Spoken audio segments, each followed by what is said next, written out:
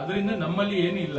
ನಾವು ಏನೋ ಮೋದಿ ಅವರು ಪಾಪ ಅವ್ರು ಯಾವಾಗ್ಲೂ ಹೇಳ್ತಾನೆ ಇರ್ತಾರೆ, ಒಳಗಡೆ ಇರೋ ಚಿನ್ನ ಹೊರಗಡೆ ತಟ್ಟಿ ಮನೇಲಿ ಇಟ್ಕೊಂಡಿರ್ತೀರಿ ಅಂತ ಹೇಳ್ತಾರೆ. ಆದ್ರೂ ಕೂಡ ಈ ನಾವು ಭಾರತೀಯರು ಚಿನ್ನದ ಪ್ರೇಮಿಗಳು.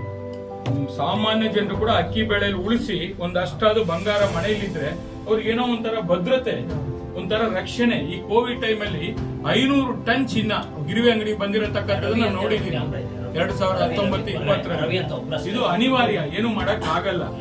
ಸರ್ ಅಲ್ಲ, ಈಗ ಮಂಜುನಾಥ್ ಸರ್ ಬಂದಿದ್ರು, ಭಾರತದಲ್ಲೇ ಅದು ನಮ್ಮ ಭಾರತದಲ್ಲೇ ಅತಿ ಹೆಚ್ಚು ಚಿನ್ನ ಇದೆ ಅಂತ ಹೇಳ್ತಾರೆ. ಸೊ ಹಿಂಗೆ ಸತ್ಯ ಅವ್ರು ಹೇಳಿದ್ದು.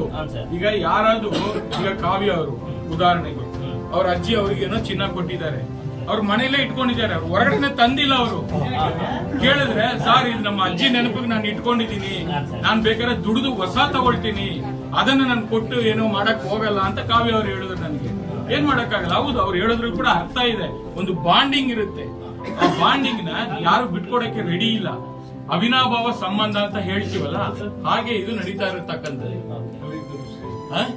ಆಯ್ತು, ಕುಣ್ಸೋಪಲ್ಲಿ ಗ್ರಾಹಕರು ಇವತ್ತು ಚಿನ್ನದ ರೇಟ್ ಜಾಸ್ತಿ ಆದ್ರೂ ಕೂಡ ಶರವಣ ಸರ್ ಒಂದಿಷ್ಟು ಜನರ ಅನುಕೂಲಕ್ಕಾಗಿ ಇದೇ ಫೆಬ್ರವರಿ 10 ಕೂಡ ಒಂದಿಷ್ಟು ಆಫರ್ ಅನ್ನ ಕೊಟ್ಟಿದ್ದಾರೆ.